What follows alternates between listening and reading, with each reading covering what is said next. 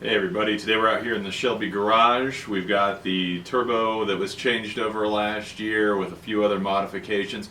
We never really got an opportunity to tune the car, and that's going to be what we're starting today. We're going to show you that process as we go. It's probably not the absolute best, most cutting edge way to do it, but you know what? It's going to be very successful for us, and we're going to have a good time doing it. So let's go ahead and get started.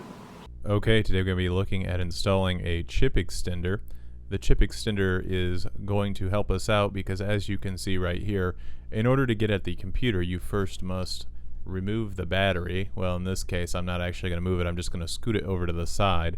A 13mm socket along with a long extension on my 1/4" drive ratchet there allows me to get at that. I can go ahead and slide the battery over to the side just a bit here.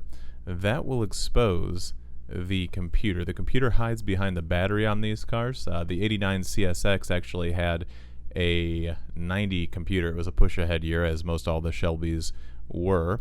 And what you do here is you remove 2 screws that go through the computer into the body of the car there.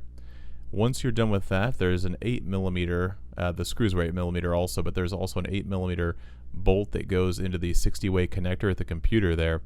With a little bit of twisting of the ratchet, you can get that 8mm connector to jack the connector off. And once you're done with that, you can pull the computer out. That's always a bit of a challenge. Probably my least favorite thing, but again, that's why we're installing the chip extender here.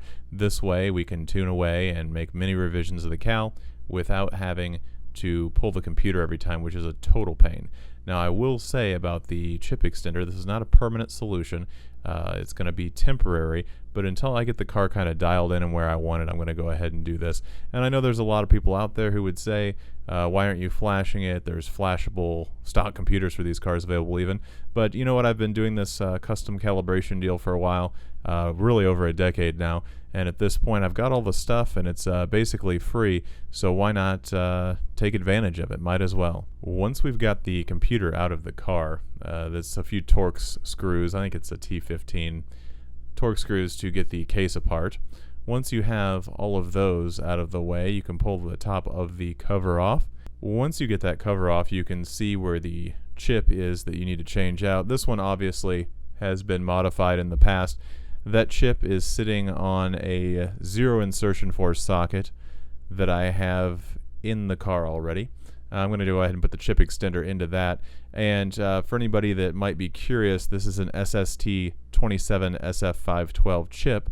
More than enough space. I think you can still get 4 of the cals on this chip for the stock computer in 90.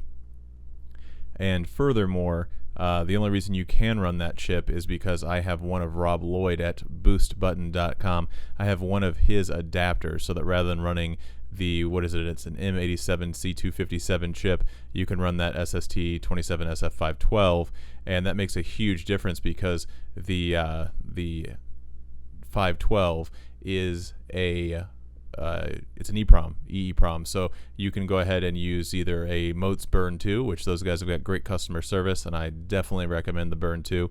You can use one of those, or actually one of the guys from turbomopar.com has created software where we can tune these cars on our own, and you can actually hook up the Burn 2 and flash it directly from that software, so that's pretty cool. With the chip extender in place and the case bolted back down, we can go ahead and insert the new chip. Not a big deal. I did not include, and this might seem contrary to what we're doing here, but I did not put another ZIF socket on top of this because it wouldn't fit behind the case. Just be sure that you're careful when you put that new chip on there and when you pry the old one out. With the chip extender in place, it's time to carefully put the computer back in the car.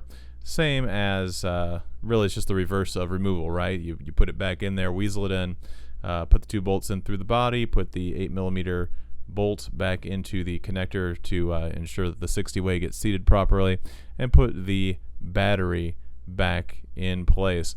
Once you're done with that, you're going to be set as far as tuning the car, and that's just going to make a huge difference. It's so easy to go out and do a little brake dragging, tune the car, and make some changes. I'll try and show you guys some of that process here when I get an opportunity, but for right now, let's go ahead and verify that the chip extender is working and that the chip and everything is going to function here. One way to find out. Let's do it now.